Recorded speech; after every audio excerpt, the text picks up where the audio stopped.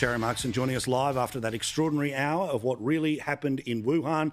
She joins us to talk about it and go through the past hour. Firstly, congratulations, mate. A stunning piece of work. The book has even more detail, and congratulations. Thank you so much, Paul. It was a team effort, definitely not just me. Rebecca Letourneau, Richard Andrews, Mark Calvert, Paul Whitaker, Darren, everyone from the documentary team. So definitely a team effort with a project like that goes for an hour. Now, there's lots of moving parts, but there's three big chunks that I really want to go with you here. One, about everything that's pretty obvious about the lab, the cover-up, and the role of the United States about whether they could have jumped earlier on the intelligence that you were able to show tonight. Let's go back to 2012 from the documentary where the lady known in the documentary as Batwoman, she was part of an operation way back in 2012 that was studying what was happening with bats and people getting sick with some of the bat droppings that they found in a cave. We'll roll the tape and get a bit more detail in a sec.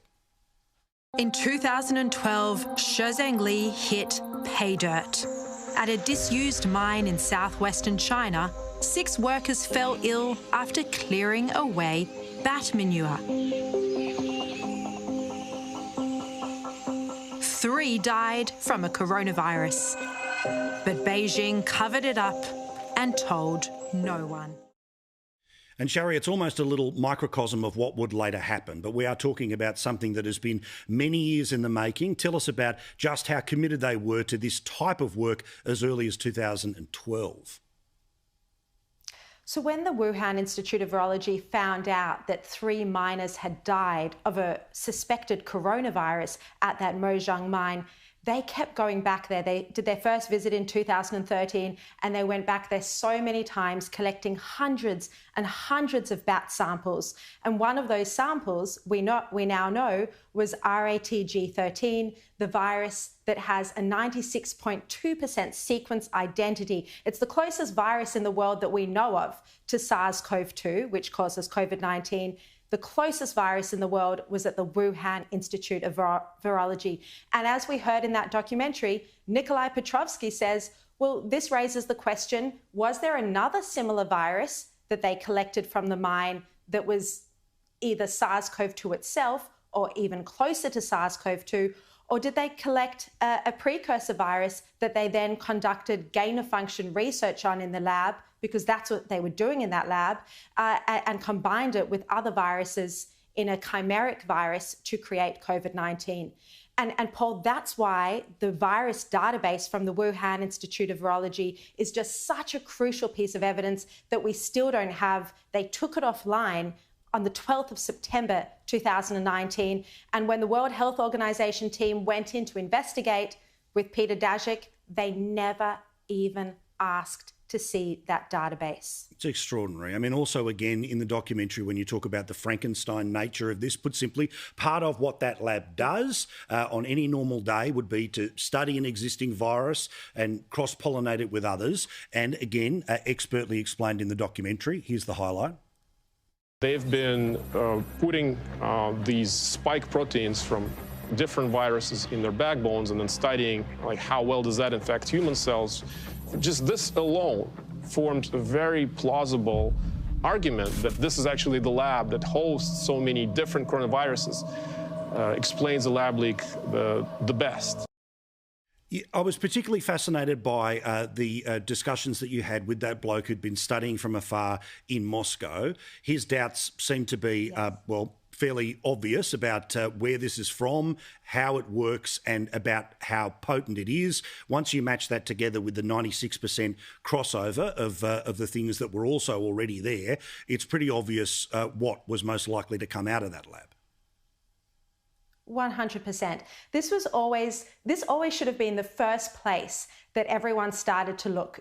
The virus broke out in Wuhan. The bats were the equivalent of a 20-hour drive away. They were in hibernation at that time of year. You had the world's leading coronavirus reservoir at the Wuhan Institute of Virology. We knew what they'd been doing because the US had not only been funding the lab, but there had been cables sent back that warned of the safety conditions in that lab and the lack of trained safety technicians. So there were serious concerns about this lab. And you heard in that documentary, the former head of British intelligence, Sir Richard Dearlove, he said that when that lab kicked the French out, he said this was built with the French, and then the French were kicked out when the BSL-4, the latest lab, was ready to open. He said that should have raised alarm bells about the type of research that they might be intending to conduct. Why wouldn't they want international cooperation? There was a reason for that. So there were already a lot of concerns about the activities at this lab even before the pandemic. And in fact, even an Israeli weapons expert had named it as a biological weapons site of concern in a publicly available document as well. And then again, the extraordinary evidence that you've been able to be reporting on for a long time at The Australian, put together in the book and then explained again in the documentary, is about once something started to go wrong, what happened on the ground in Wuhan. Again, the highlight. Yes. On the 12th of September 2019, the virus database at the Wuhan Institute of Virology was taken offline. 22,000 coronavirus samples gone. And a month later, the institute went into a communications blackout. There was no cell phone or signals activity on the compound for about 2 weeks. How significant would a blackout period at the Wuhan Institute of Virology, as has been reported, how significant would that be? Again, it would be another circumstance that would be difficult to explain other than there was a problem that the Chinese Communist Party was aware of and was trying to deal with before it became an outbreak that was public and then ultimately a pandemic that affected every single person on the planet.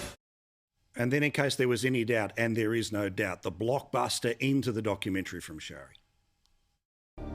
Cybersecurity analysts at Internet 2.0 recovered Chinese government data that had been virtually wiped from the web. It showed there was a buy-up of PCR equipment used to test for coronaviruses in Wuhan in 2019. The next month, one of those machines went to the Wuhan Institute. Sharri, I'll turn your question back on you. Is that the ultimate smoking gun? Look, I'd have to repeat what John Ratcliffe said, that when you put it all together, there's a preponderance of evidence that something happened at the Wuhan Institute of Virology. And Paul, that's how I've actually approached this investigation. I've looked at it as two key parts to investigate. One, you speak to the scientists about the unusual features of the virus itself and what are the unusual features like the furin cleavage site that indicate it might have been subject to lab manipulation, even if it was once a natural virus. And then the other part is what was happening in Wuhan? What was the Wuhan Institute of Virology doing at that time?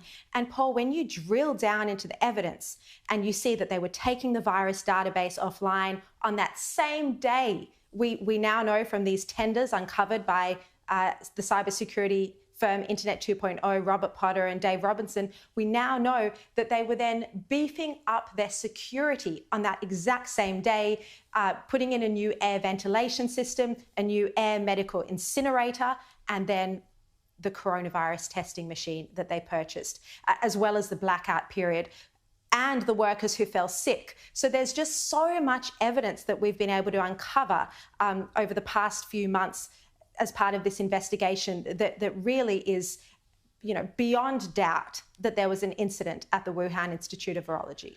And then once all of that evidence became clear, and again, the patchwork of expertise that's inside this documentary of the people that were the observers, the participants, the people watching from near and afar, that bloke from MI6, unbelievable, where he makes it nice and clear about how ridiculous the report was, that of course only spent just a very short period of time at the actual lab, all of course because one of the worst people to put in that investigation team, who of course we'll get to Dr. Fauci and his connections to all of that a little bit later.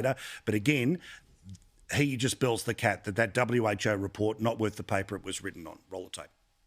As to the possibility of COVID-19 coming from a lab, the WHO report found it extremely unlikely. They spent just 3 hours at the institute, And even Tedros walked away from the findings. Oh, it's a complete fiasco, the report.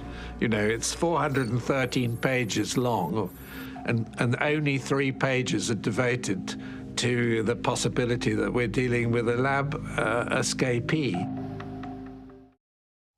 And then the second chunk here of what I want to talk about is, again, the mass cover-up, the cover-up that happens either because people don't want to displease the Chinese, and that was the WHO, or the people who didn't want to add any sort of credence to what they were hearing out of the United States and principally Donald Trump. Again, look at the resistance. The reports in scientific magazines that they would not run, written by experts saying there's a problem here and it comes from the lab. To begin with, I certainly didn't approach the issue with any sort of suspicion or foregone conclusions. However, things began to change as the pandemic evolved. Sir Richard Dearlove also ran into resistance to the lab leak theory. He's the former head of the British spy agency MI6. Early in the pandemic, 2 scientists asked for his help in publishing a paper that cast doubt on COVID-19 coming from an infected animal. We approached Nature, we approached Science, we approached the American Journal of Virology, we approached various publications in the UK, and it was clear to me that there was a sort of united front not to put anything in the public domain which questioned the Chinese narrative. And Sharri, this is the thing. I mean, people like him they're not loose with their words. They're very definite with what they say. They were definite with their actions of trying to take it to scientific publications first rather than other parts of the media. But what does it say to you that the scientific community and the people who would, of course, have a great thirst for anything about COVID-19 rejected it time and time and time again? This is, Paul, one of the most shocking parts of the story, that there was this censorship of science, that credible scientists who are not political in any way, shape or form had their science blocked from being published. And it meant that the official narrative of the Chinese Communist Party was the predominant narrative for the entire first year of the pandemic. And what's worse is that the scientists who were shaping that narrative, people like Peter Daszak, who secretly authored the Lancet paper that came out in February 2020. I say secretly because we didn't know he'd been behind it and that he'd been working with the Wuhan Institute of Virology until November that same year. He, at the same time, was advising the intelligence community in the United States. So you really start to see how this was a massive cover-up. He was advising the intelligence agencies, telling them that it was a conspiracy that to suggest that the virus might have escaped from a lab, when in fact lab accidents are extremely common, particularly with infectious viruses, and other scientists had been warning about this for years. It's why the Obama administration banned gain-of-function research back in 2014. So you had the scientists who were so conflicted, who were so compromised, not only shaping the official narrative, but then going into Wuhan to do the investigation for the World Health Organization. And we stand here today and everyone would just be shaking their heads saying, how is this possible? And yet every step of the way, it's taken an effort to unpick. There has been resistance. And even Anthony Fauci, who knew about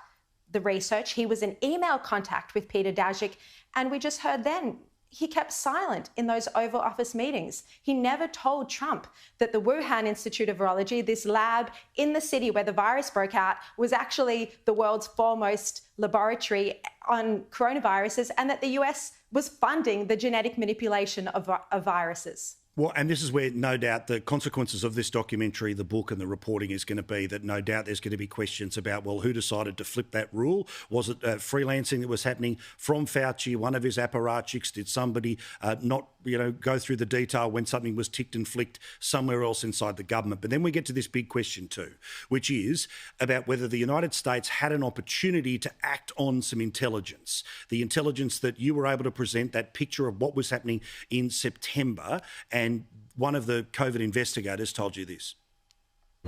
My shock was that we could have had foreknowledge. We could have known in November of 2019 that there was a disaster occurring inside Wuhan, inside their most important biological facilities, where something absolutely tragic, traumatic, and dramatic was occurring, and we could have reacted to it. I said we could have, the whole world could have been different. It would have been like stopping 9/11 before it happened.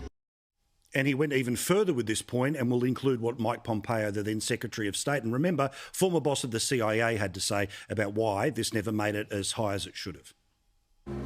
We collect everything and know nothing in our governments these days. It's the big data problem. We're all drowning in it. We had the means to know something, but we didn't either analyze it or disseminate it or even know that it was collected. I always worry about that. As the former director of the CIA, I was always worried that we were collecting information, but we weren't able to process it sufficiently timely and get that information to the right places. Is this a pandemic that potentially could have been prevented had the intelligence agencies paid closer attention to the information that was coming in? We'll have to go look back at what was actually in the possession, what was the complexity of the information, what was the certainty of that information.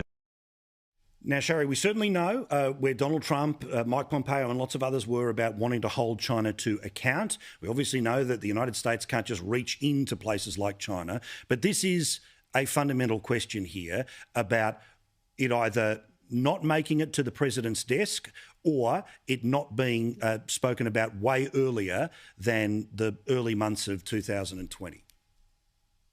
Yeah.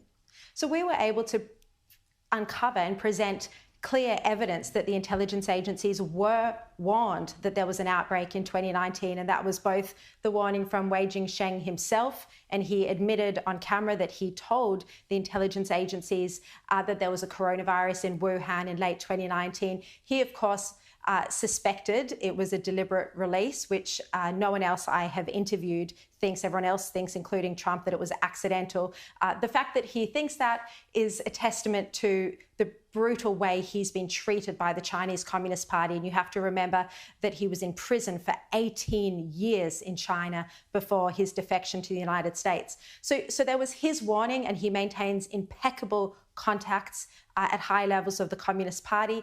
And then there was also David Asher admitted that the intelligence he uncovered that the Wuhan Institute of Virology workers who fell sick with COVID-like symptoms in late 2019, that first came into the possession of the US government that same year, late 2019. So we do need to ask the question, and I think Pompeo's right when he said we need to go back and look at how this information was analysed, how it was processed. And as David Asher says, is this a global spread that could have been prevented? Is this a pandemic that could have had a different outcome if people had paid closer attention? And we know that the technology, the technical capabilities of the intelligence agencies are better than they've ever been. But the question is, did they act on that information that came into their possession? Well, again, congratulations. If you want more detail, and who wouldn't after watching what they just have, please check out her book, Sharri Markson's What Really Happened in Wuhan. Congrats on your daily reporting, the culmination of the book and what we've just seen tonight on Sky News, mate. Again, well done to you and the whole team. Thank you.